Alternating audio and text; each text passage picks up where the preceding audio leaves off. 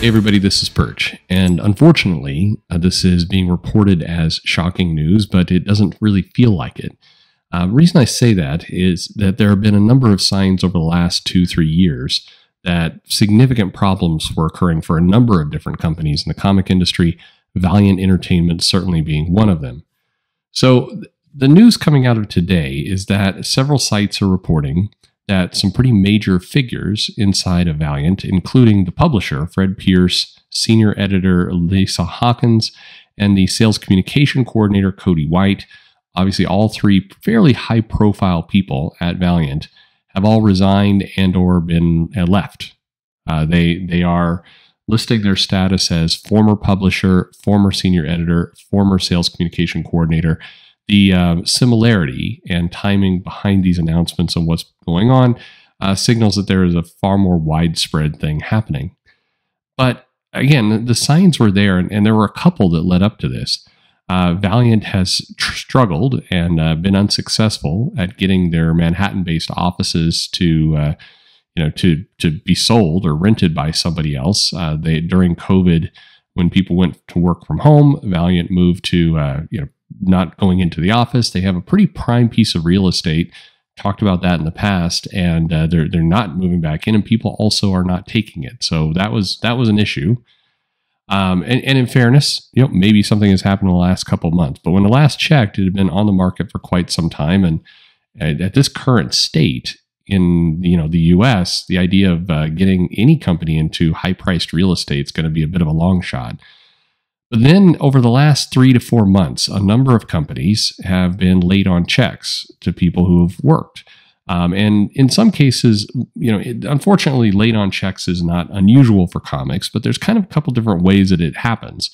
Sometimes there is, there's a lot of communication about the event. Sometimes the company will reach out and say, hey, we are trying to fund something or waiting for an investment or whatever. It's not a good thing to hear as a creator, but when you do have the heads up that there may be some issues, it typically means that the company is, trying to work through those issues, at least believes that there's some outcome that's going to happen. Doesn't always work, but more often than not, when payments are late and an explanation is given and the creator's kept in the loop, the company tends to find that funding or do what it needs to do, get back on its feet, get the necessary payments processed, and stuff happens. Many creators get nervous about working with that company again, but the alternative of silence is much worse.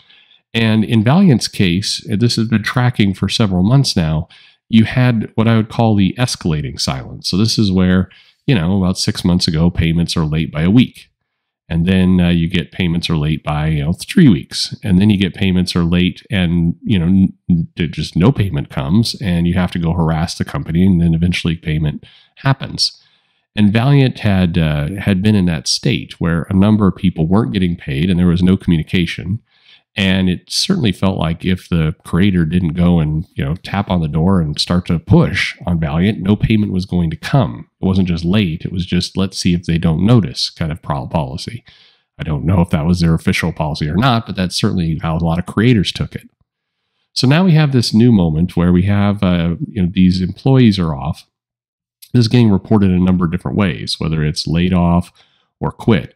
Generally speaking, unless there's a massive resistance to management, quit employees do not all leave at precisely the same time, don't give a statement, and go dark, which is what's happened here. So this certainly seems more like a layoff, except it actually feels a lot more than a layoff. So I'm perfectly willing to admit I'm not friends with Fred Pierce. I'm not saying we're an enemy. I don't talk to him, but I do talk to several of the lower level people at Valiant on an infrequent basis. I woke up this morning to DMs and emails going, I don't know if I have a job. Nobody is communicating to me. I'm not sure what has happened. It doesn't look good. And then the gossip rumor mill is going on saying the company may just not have the funding to pay anyone. And it could very well be just the company is going to shutter. So what's going on with Valiant? How is it structured? Well, to explain that, we can go back a little bit. Valiant is one of the older current companies operating. It was founded in 1989, and this was Jim Shooter's company at the time. It had bankruptcy filings in 2004, like other comic companies also had. And then, it kind of evolved into being a comic company tied to entertainment, which was a model through the aughts and the teens over the last 20 years. And a number of people went in for. The idea was that we can do comic books, we can have a cinematic universe that can come out of it. There was this idea that when they partnered with Sony Pictures in 2015, that they were actually going to create a MCU-like universe. We had Bloodshot come out. Harbinger did not come out, then went to Sony in 2019. COVID, of course, then hit, and a lot of these plans were shelved. Certainly, there's no clear indication that that these movies are going to come back together, and nothing is really being said there. So in 2018, Valiant was acquired by DMG Entertainment. And DMG Entertainment was one of these giant media conglomerate kind of groups. You may know them from the movie Looper. They did Iron Man 3, which is not necessarily a thing you put on your resume. But the whole purpose of DMG is to take a number of different properties, pull them together. They work in movies and TV shows and VR. They do video game work. So they're one of many kind of companies. Started out as an advertising firm, then would kind of go into this media portfolio group. They haven't had a major hit, I would say. Certainly not in the in the U.S. They do some theme park work over in Shanghai. They have headquarters here in the U.S. and also they do a number of parts of their business in China. But this is important to note that, like a lot of comic book companies right now, Dark Horse being another one, there's a lot of investment and or ownership in these big media companies. And the challenge is, as things slow down, and we are in a absolute global recession at this point, by the numbers, no matter what your politics are, business is not great. And you're going to see further and further consolidation where this is concerned, and or just people saying this business is not going to work and we're out. So what do I think is happening? I think that Valiant's run out of money. My suspicion is it's going to be moved to a skeleton staff, just like Oni is at the moment. There will be an attempt to sell it to see if those assets can go somewhere else. But at the moment, there are no buyers that are highly interested in this space. And you're going to see more resignations, more layoffs. You're certainly going to see publishing halt. I think, this, unfortunately, if you go down the list of other companies right now, there's a lot in this space. Several companies have had people report that they're in that same missing payment status. And again, this is kind of the sliding scale that we get, where all the signs are there that we are continuing to have huge problems in comics. And a lot of these smaller companies, like I talked about a couple of weeks ago, there's just not the funding to support them. There's no money. And there's not the easy routes that there were 2 years ago, 3 years ago.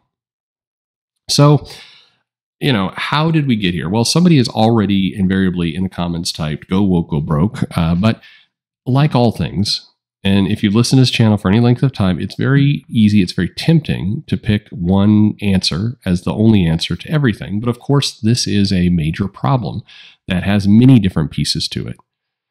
Look, whatever you think about the content, pro or con, in a lot of these comic companies' case, I think it is an undeniable fact, based on the numbers, based on what sales happen, that the content is not hitting with the audience at the particular moment.